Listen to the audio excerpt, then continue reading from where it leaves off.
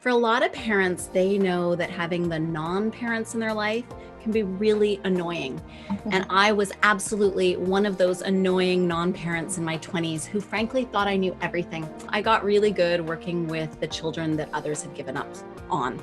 So good that I kind of became the it girl in my work. But one day, a file came across my desk and it was two brothers. No one would work with them. The last person who did, they beat up on the public bus. And I thought this would be a piece of cake. But the night a dessert plate literally went zinging past my head, I realized maybe I was way in over my head. I realized at the time, at first I thought, oh, positive parenting is the answer. And I find a lot of parents come to me and they're like, oh yeah, attachment parenting is the answer. And I've discovered it really isn't.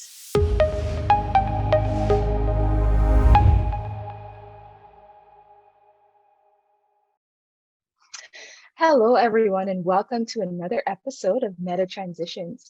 Today we have with us Kelly. She is from joyfulparenting.com. She specializes in helping parents with strong-willed children eliminate exhausting tension and tantrums so they can enjoy a loving and harmonious family. Thank you for being with us, Kelly. So great to be here. Thank you for inviting me. Definitely, definitely. All right. So just to start off, Kelly, tell us what is your transition story and how you've encountered transitions in your work. Yeah, absolutely. So for a lot of parents, they know that having the non-parents in their life can be really annoying. And I was absolutely one of those annoying non-parents in my 20s who frankly thought I knew everything. Humility was not my middle name. I got really good working with the children that others had given up on. So good that I kind of became the it girl in my work. Yeah. But one day, a file came across my desk and it was two brothers. No one would work with them. The last person who did, they beat up on the public bus. And I thought this would be a piece of cake. But the night a dessert plate literally went zinging past my head, I realized maybe I was way in over my head. Oh my God, I can't imagine. Yeah.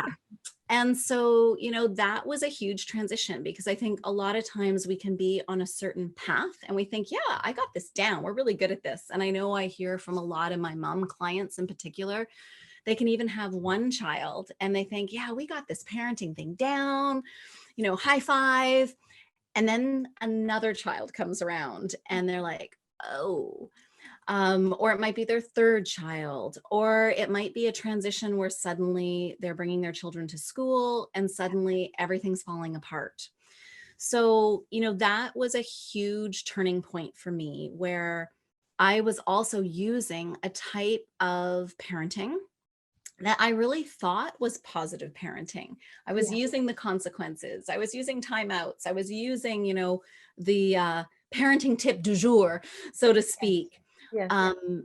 But what worked with so many children then didn't work with these two. And the one thing I didn't mention was, they were also blind from birth. Okay. And so they would have given Helen Keller a run for her money because when they weren't when they weren't bouncing off the walls, they were literally pounding on them. And I just thought they needed more discipline. But the more I gave, the worse it got.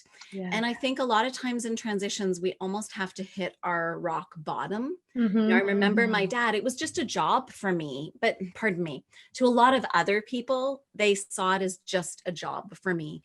But I was actually living with them. Their mom was a nurse. And so when she slept in the day to work at night, I parented her children. And, I remember my dad saying, like, why don't you quit? Like this is ridiculous. Fortunately, I think I was a bit more stubborn than they were. And I just wouldn't give up for better and for worse. And I was so fortunate, similar to you, I was in a great master's program at the time. but I got to work, I got what most parents never get. Yeah. And that's amazing expert handholding. So I had Dr. Gary McKay, he wrote Systematic Training, co-authored Systematic Training for Effective Parenting, which in the 70s, I think sold over like 10 million copies. And Dr. Jane Nelson, who wrote Positive Discipline. And so frankly, I had them on like my speed dial where I could call them. And when like something happened again, where everything was melting down, I could call them and get help. So, you know, one of the things, and it's interesting from there, there's been lots of other transitions that have happened, but I realized at the time, at first I thought, oh, positive parenting is the answer. And I find a lot of parents come to me and they're like, oh yeah, attachment parenting is the answer. Or, oh yeah, this is the answer. 1, 2, 3 magic is the answer. Yeah. And I've discovered it really isn't, for a couple of reasons. One of the biggest reasons to me is because if it doesn't match a parent's default personality type, so that's actually part of the reason why I created, it's a quiz called What's Your Mom Type? Because I wanted moms to have the awareness of what's their default. Because if you don't have a parenting program or a parenting path that supports and is a match to your values and what you believe, you won't stick with it, especially when the baby poop's hitting the fan. And that happens a lot. Yes. Right? And, you know, and for children, especially for parents who have strong-willed children or spirited kids, or those children that are just a bit more challenging, like sensitive kids, kids with anxiety, which during this time of COVID, I feel is just happening more and more. You know, there's a lot of times where kids are, there's those personality types that are just tougher to parent. And if you don't have a parenting plan that is customizable for your unique situation, you're not going to stick with it. And it'll work for a while until you come up against that next transition. Yeah. It kind of brings you back to your knees where you're like, now what? And it can be so humiliating sometimes. And I find embarrassing. I just have a mom client where she's had some doozies of temper tantrums, but they happen in public. And she's, especially with the mask now and everything, and she's so embarrassed about it. Yeah. Or I've had parents come to me and it happens in front of their in-laws and they feel really judged. And then there's the mom guilt that you can add on top of it. I feel like, you know, dads have it too, but I kind of feel like moms have a bit of the monopoly on the guilt part for whatever reason.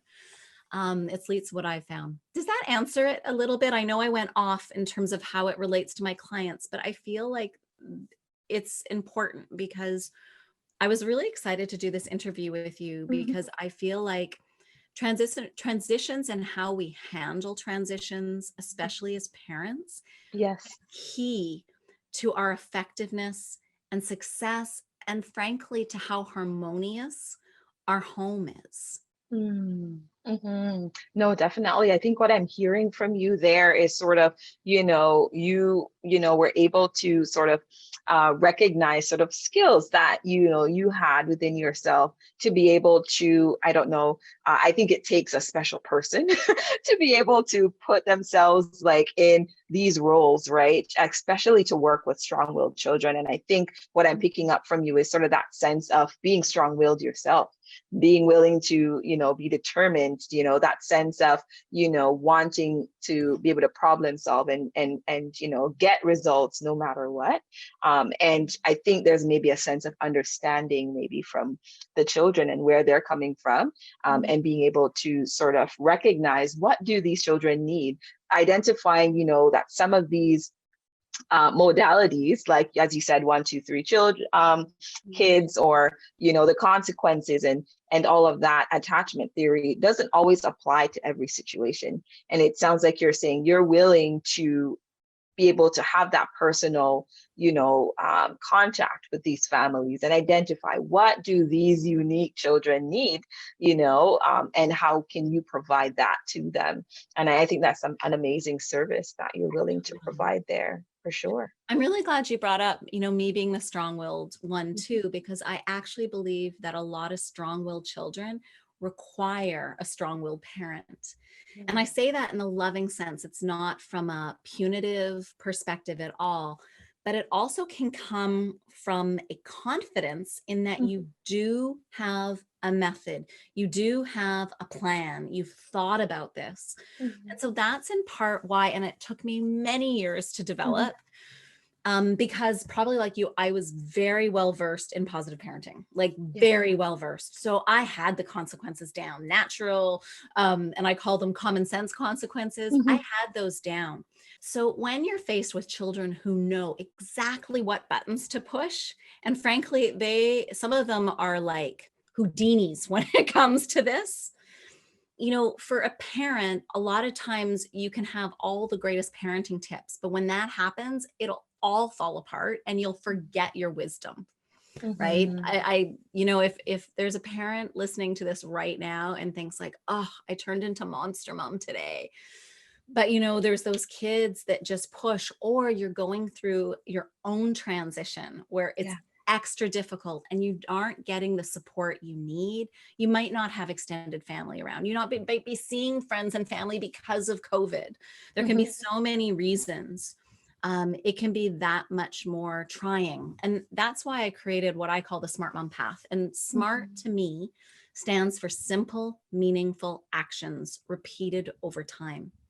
But those actions need to be based, there's three main steps to it. They first need to be based in the first step, which is called the love foundation.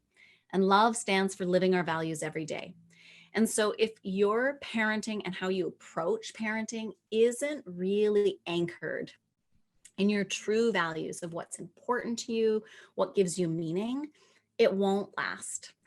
And what I've discovered is that those spirited kiddos, they actually can sniff out inauthenticity and incongruence, and they don't respect it more than other kids.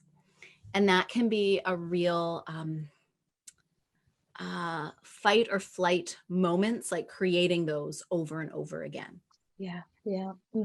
Definitely. Thank you for sharing sort of you said the smart mom Path. What was that one? Path. The Path. smart mom path. That's great. That's such a great even takeaway, wanting moms just listening, hearing the smart mom path. They're like, I want to know what path this is, and I want to be able to travel down that path. Because you're right. There's so many moms that are out there that are frustrated, that are like, I just want to throw in the hat right now, sort of thing. And they, sort of like being able to have somewhat of a structure, being able to connect with you and be able to find ways, as you said, to be loving, to, to identify caring approaches that, that they can take, that can help them to be able to, as you said, nurture these kids that otherwise others would throw to the wayside, right? Totally. It sounds crazy, but I actually believe that temper tantrums are a smart mom's greatest gift. Greatest gift. Okay, tell us about that, because I'm seriously interested. Okay. The reason I say that is, first of all, that when you really get your path down, and because the first one I talked about is the love foundation, the next one is the biology boosters. It's those things that support each of us in our family of really showing up as our best in energy, in nutrition, like in all of those things, but also in connection and an understanding. So it's like, every member of my family really does have my back, really does support me.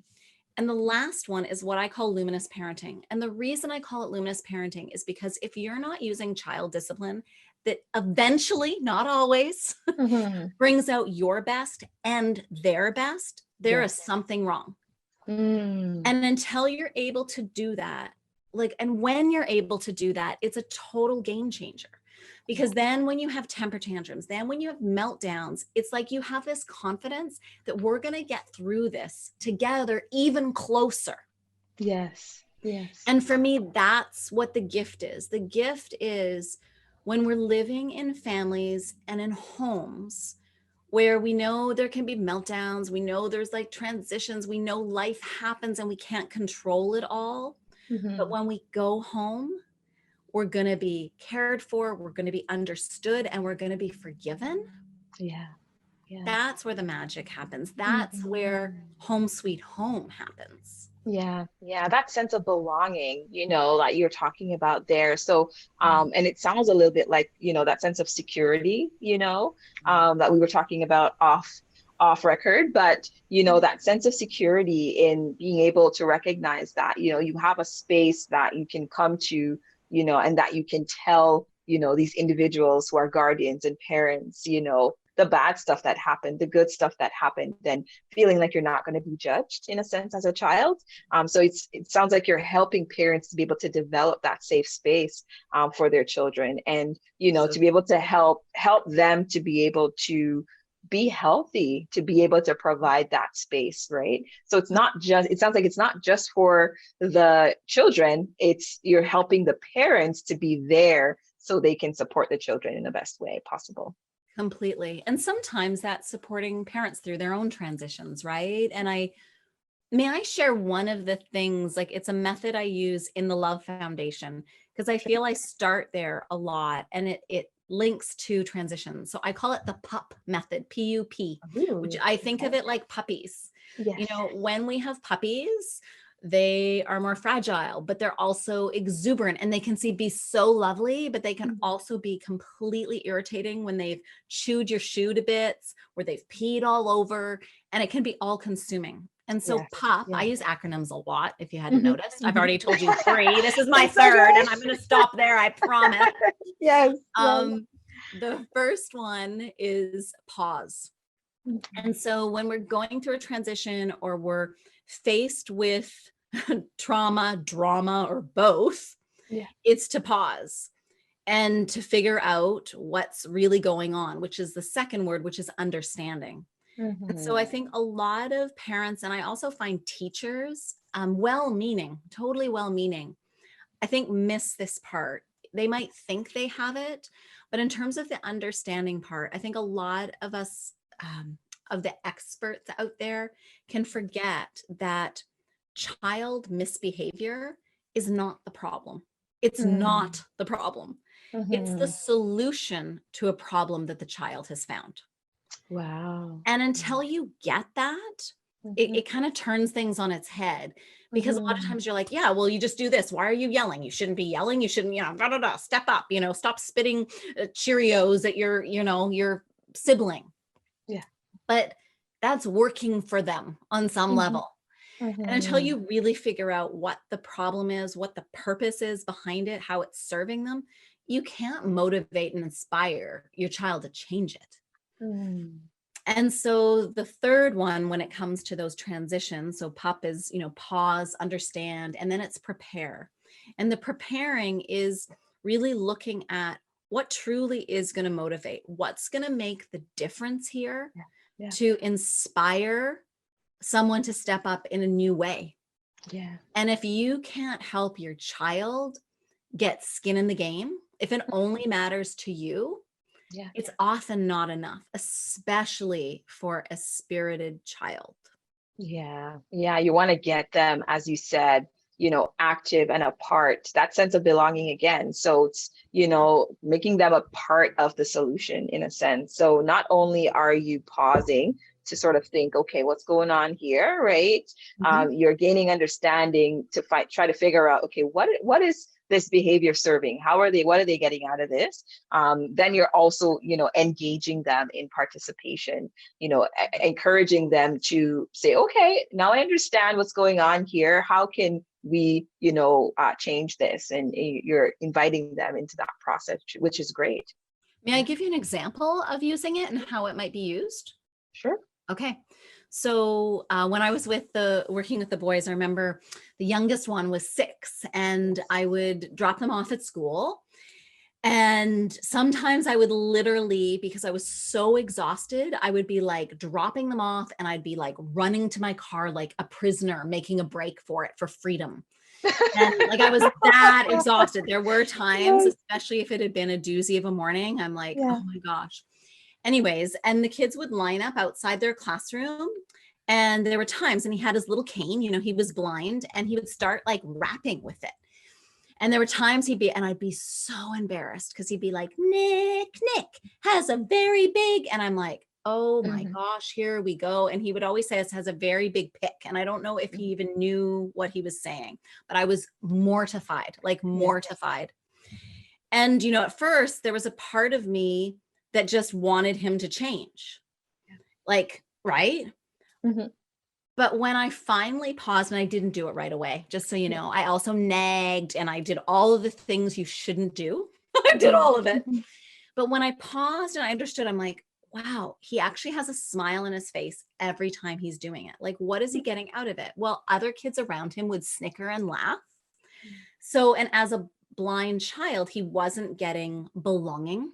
He Mm. wasn't feeling sense. So this is one of the ways he could connect, right? Mhm. And he was also incredibly bored because standing there waiting for the classroom door to open, he was making entertainment for himself. Yeah. And so part of what I could then understanding was prepare for it's like, oh, he's really bored. Like, actually, I shouldn't bring him so early because he's just Ah. waiting there and being bored, right? Mhm. Mhm. And then the other thing I could do was connect with some of the other parents around at drop off time in the morning, and also kind of introduce him to some of the other kids so he could Yeah. make connections there.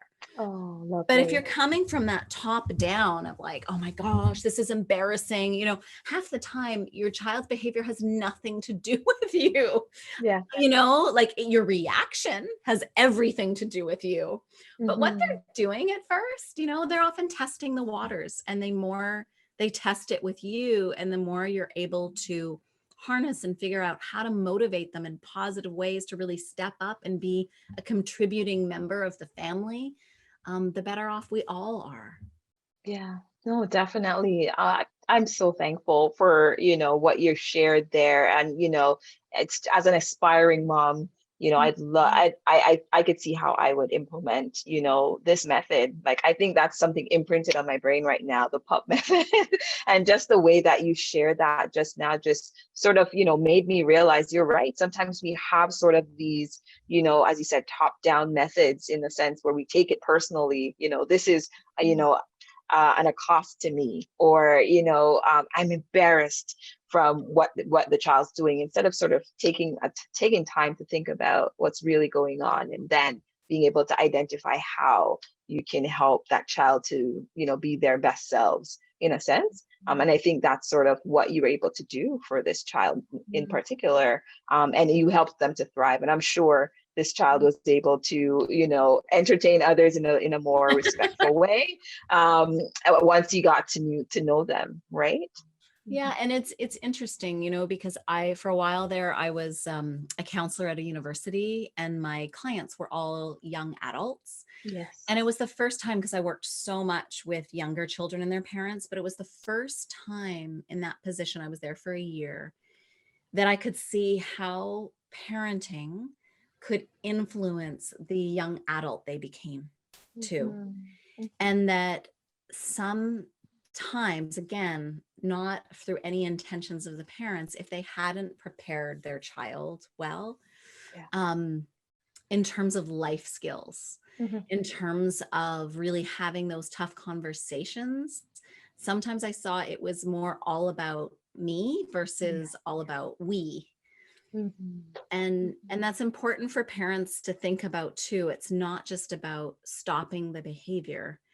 It's about, what does this mean for us? What does this mean, and what can be learned here? And that is easier said than done. Mhm. If you have a second child, if you have a new baby, if you're exhausted, but taking the time can make a world of difference in the years to come. Oh, definitely, most definitely.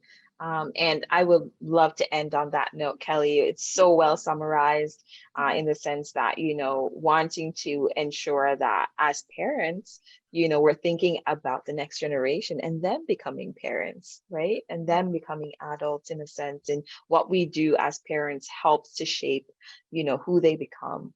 And, the responsibility of a parent is a tough one for Oh, sure.